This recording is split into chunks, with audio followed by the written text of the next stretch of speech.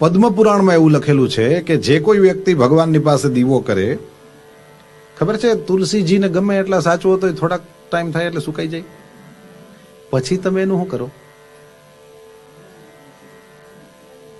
પણ ટૂંકમાં જવા દો ને, હા એમ, પણ બહાર કાઢ નાખો. તો હવે તમે આ સાંભળશો પછી નહીં કાઢો.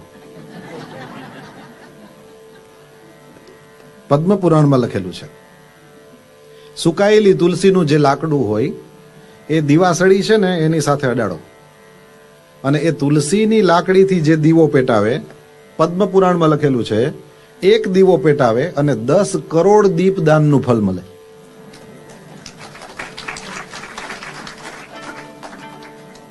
10 કરોડ કેટલા બિલિયન કીધું? જેને બિલિયનમાં ખબર પડે એને કરોડમાં નથી પડતી, અને જેને કરોડમાં પડે ને બિલિયનમાં નથી પડતી. આવું છે.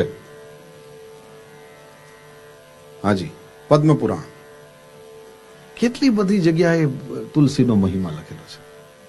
તુલસીજીના કુંડામાંથી જરાક માટી લઈને કપાળમાં લગાડો એટલે તમે એનું તિલક કર્યું કહેવાય. એક જ દિવસ ઠાકોરજીની પૂજા કરી, 100 દિવસ પૂજા કરી હોય એટલું ફળ મળે. પદ્મપુરાણમાં લખેલું.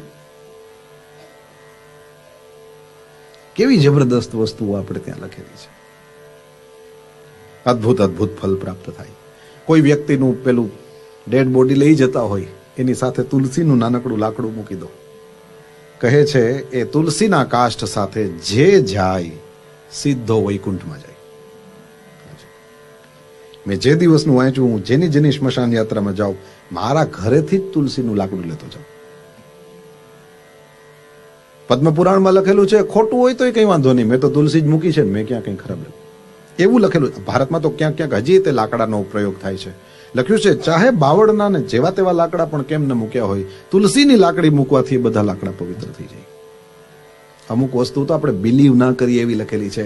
કહે છે તુલસીજીનું કાષ્ઠ જેના શરીર સાથે બળ્યું એ માણસને વૈકુંઠમાં પહોંચે એટલું જ નહીં, એને લેવા માટે થઈને જનાર્દન સ્વયં સામે જાય છે. ગજબનો મહિમા છે.